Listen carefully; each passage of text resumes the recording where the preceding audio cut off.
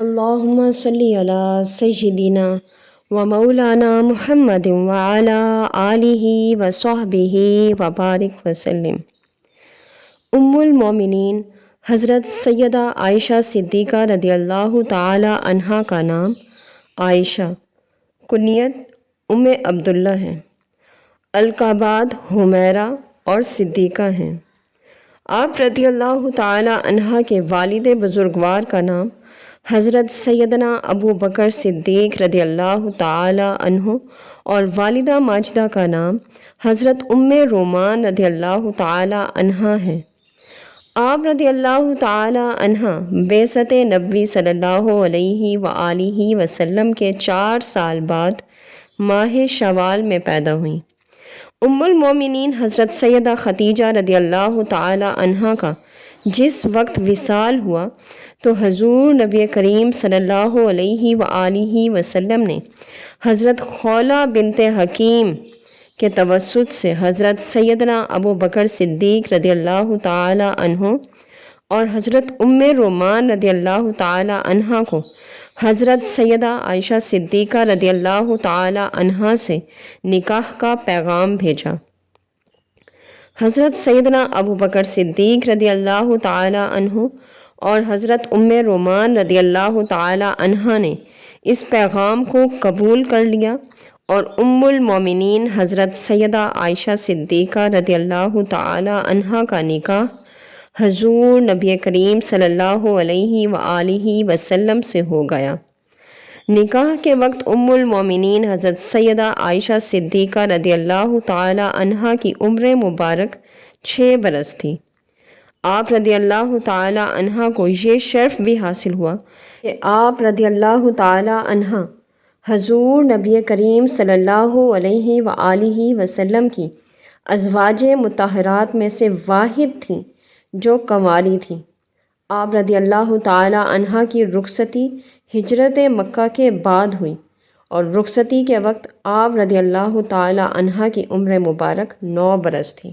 حضور نبی کریم صلی اللہ علیہ وآلہ وسلم کی ازواج مطہرات رضوان اللہ اجمعین میں ام المومنین حضرت سیدہ عائشہ صدیقہ رضی اللہ تعالی عنہا کو یہ شرف بھی حاصل ہے کہ آپ رضی اللہ تعالی عنہا کے بستر میں حضرت جبرائیل امین علیہ السلام وحی لے کر آتے تھے۔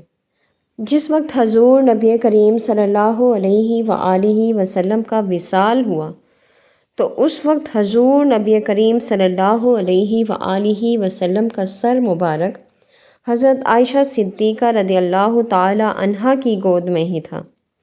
حضور نبی کریم صلی اللہ علیہ وآلہ وسلم نے عورتوں کے متعلق تمام شرعی مسائل حضرت عائشہ صدیقہ رضی اللہ تعالی عنہا سے ہی بیان فرمائے جنہیں آپ نے دیگر خواتین تک پہنچایا۔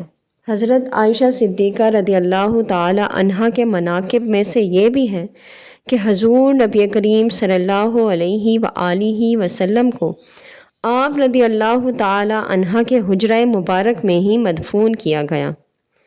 حضرت سیدنا علی المرتضیٰ رضی اللہ تعالی عنہ کے دور خلافت میں جنگ جمل کا واقعہ پیش آیا جس میں مسلمانوں کے 2 گروہوں کے درمیان باہم لڑائی ہوئی۔ یہ جنگ غلط فہمی کی بنا پر ہوئی تھی اور بے شمار مسلمان شہید ہوئے۔ آپ رضی اللہ تعالی عنہا چونکہ مسلمانوں کے ایک گروہ کی سالار تھیں اس لیے آپ رضی اللہ تعالی عنہا کو اپنی تمام زندگی اس بات پر افسوس رہا کہ غلط فہمی کی بدولت بے شمار مسلمان شہید ہوئے۔ ام المومنین حضرت سیدہ عائشہ صدیقہ رضی اللہ تعالی عنہا کا بچپن دیگر بچیوں سے بہت مختلف تھا۔ آپ رضی اللہ تعالی عنہا بچپن سے ہی نہایت ذہین تھیں اور یہی وجہ تھی کہ آپ رضی اللہ تعالی عنہا کو اپنے بچپن کے تمام واقعات یاد تھے۔ آپ رضی اللہ تعالی عنہا کو یہ بھی یاد تھا کہ کس طرح مشرکین مکہ حضور نبی کریم صلی اللہ علیہ وآلہ وسلم اور دیگر مسلمانوں پر ظلم کرتے تھے۔ آپ رضی اللہ تعالی عنہا اہل علاقہ کی دیگر بچیوں کے ساتھ کھیل کود میں بھی شامل ہوتی تھیں حضور نبی کریم صلی اللہ علیہ وآلہ وسلم جس وقت حضرت سیدنا ابو بکر صدیق رضی اللہ تعالی عنہ سے ملنے کے لیے تشریف لاتے تھے تو اس وقت آپ رضی اللہ تعالی عنہ اپنے کھلونوں کو چھپا دیتی اور آپ رضی اللہ تعالی عنہ کی سہیلیاں اپنے گھروں کو بھاگ جاتی تھیں۔ روایات میں آتا ہے کہ ایک مرتبہ حضرت ام المومنین حضرت عائشہ صدیقہ رضی اللہ تعالی عنہ اپنی گڑیوں کے ساتھ کھیل رہی تھیں، جن میں ایک گھوڑا بھی تھا جس کے دائیں بائیں دو پر موجود تھے۔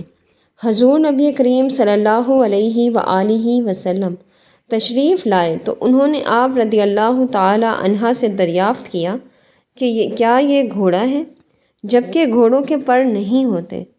تو آپ رضی اللہ تعالی عنہ نے برجستہ جواب دیا کہ حضرت سیدنا سلیمان علیہ السلام کے گھوڑے کے پر تھے۔ حضور نبی کریم صلی اللہ علیہ وآلہ وسلم نے جب آپ رضی اللہ تعالی عنہ کی بات سنی تو مسکرا دیے۔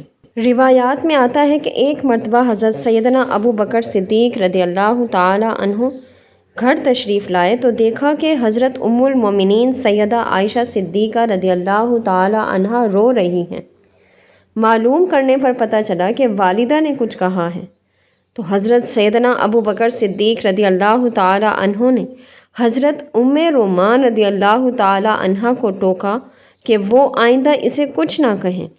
حضرت ام رومان رضی اللہ تعالی عنہ نے اس بات کا ذکر حضور نبی کریم صلی اللہ علیہ وآلہ وسلم سے کیا تو حضور نبی کریم صلی اللہ علیہ وآلہ وسلم نے فرمایا کہ ابو بکر صحیح کہتے ہیں، تم اسے کچھ نہ کہا کرو، خواہ وہ کچھ بھی کرے۔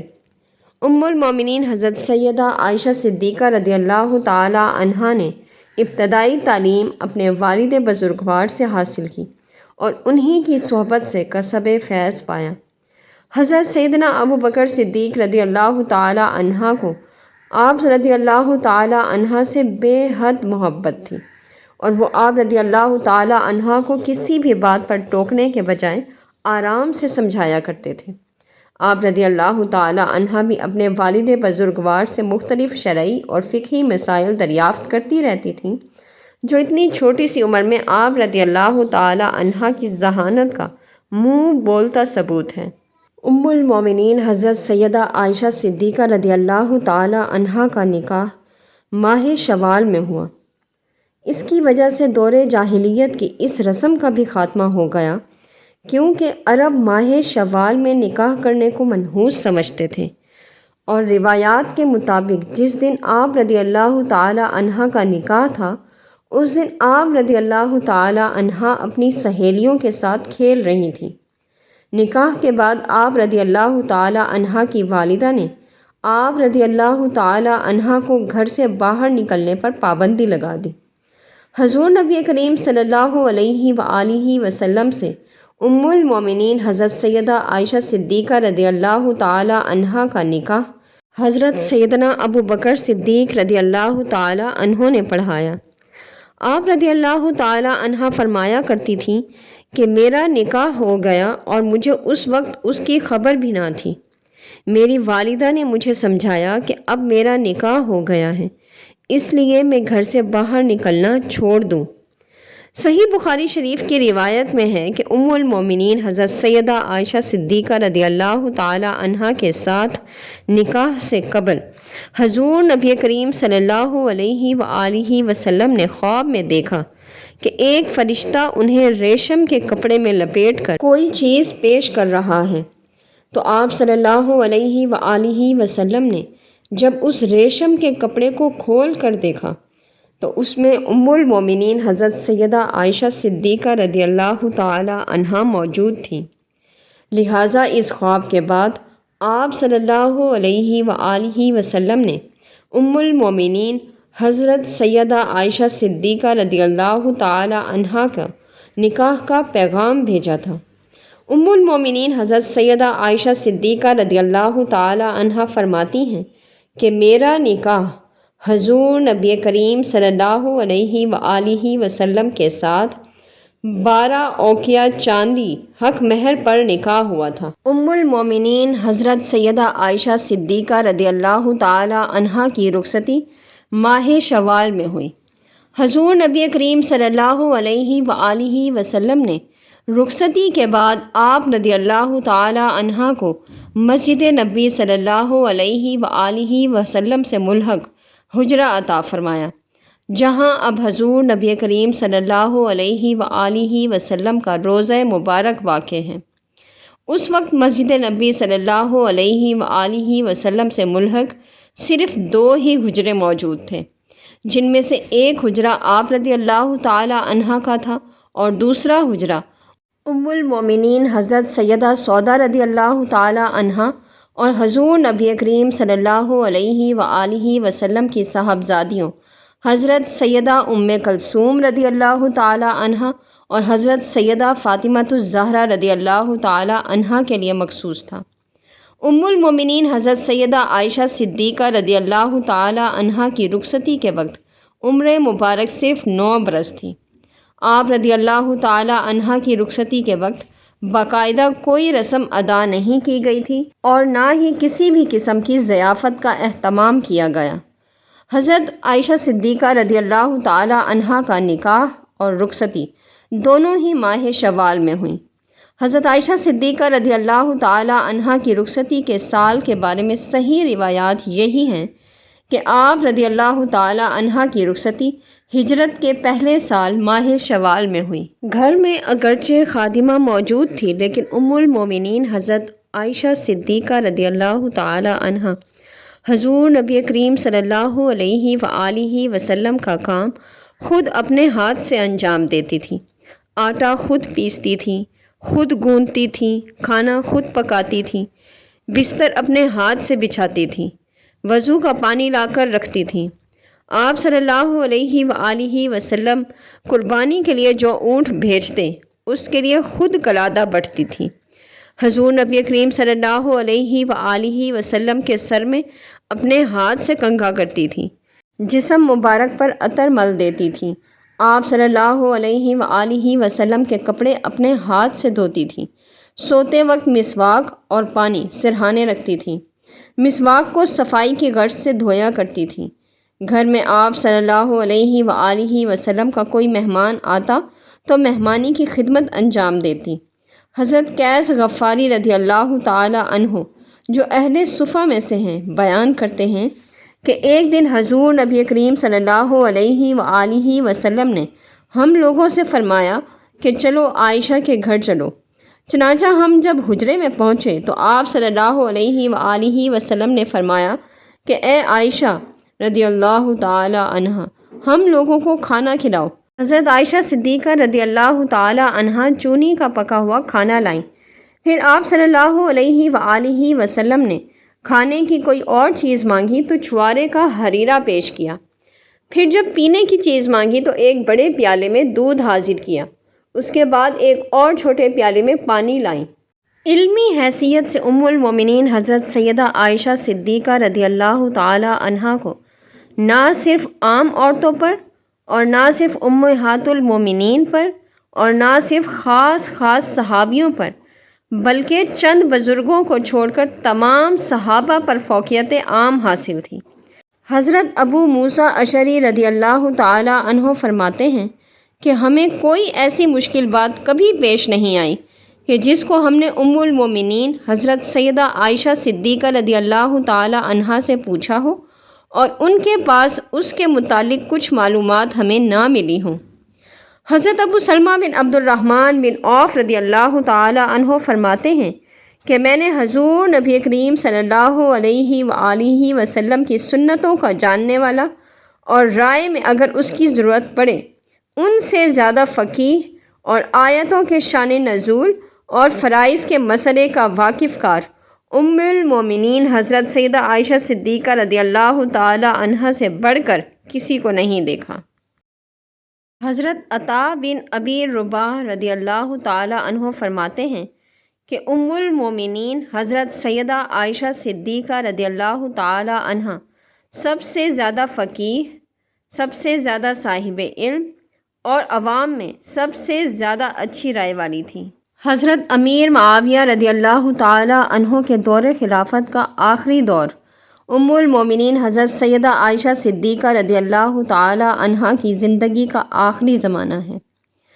آپ کی اس وقت عمر مبارک 68 برس تھی۔ 58 ہجری میں رمضان المبارک کے مہینے میں بیمار ہوئیں اور چند دنوں تک علیل رہیں۔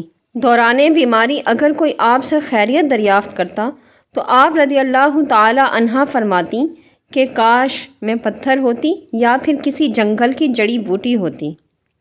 حضرت ابن عباس رضی اللہ تعالیٰ عنہ نے دوران بیماری حاضر ہونے کی اجازت طلب کی تو ام المومنین حضرت سیدہ عائشہ صدیقہ رضی اللہ تعالیٰ عنہا نے تامل کا اظہار کیا تو بھانجوں نے سفارش کی۔ حضرت عائشہ صدیقہ رضی اللہ تعالیٰ عنہا نے ملنے کی اجازت دے دی۔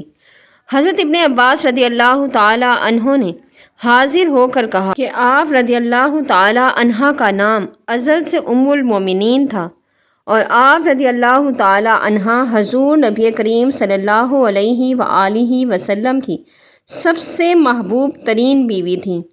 رفقا سے ملنے میں اب آپ رضی اللہ تعالیٰ عنہا کو اتنا ہی وقفہ باقی ہے کہ روح بدن سے پرواز کر جائے۔ اللہ عز و جل نے آپ رضی اللہ تعالیٰ عنہا ہی کے ذریعے تیمم کی اجازت فرمائی۔ آپ رضی اللہ تعالیٰ عنہا کی شان میں قرآن کی آیتیں نازل ہوئیں جو اب روز و شب پڑھی جاتی ہیں۔ آپ رضی اللہ تعالیٰ عنہا نے فرمایا کہ اے ابن عباس رضی اللہ تعالیٰ عنہ، مجھے اس تعریف سے معاف رکھو، مجھے یہ پسند ہے کہ میں معدوم محض ہوتی۔ ام المومنین حضرت سیدہ عائشہ صدیقہ رضی اللہ تعالیٰ عنہا نے 17 رمضان المبارک 58 ہجری کو اس جہان فانی سے کوچ فرمایا۔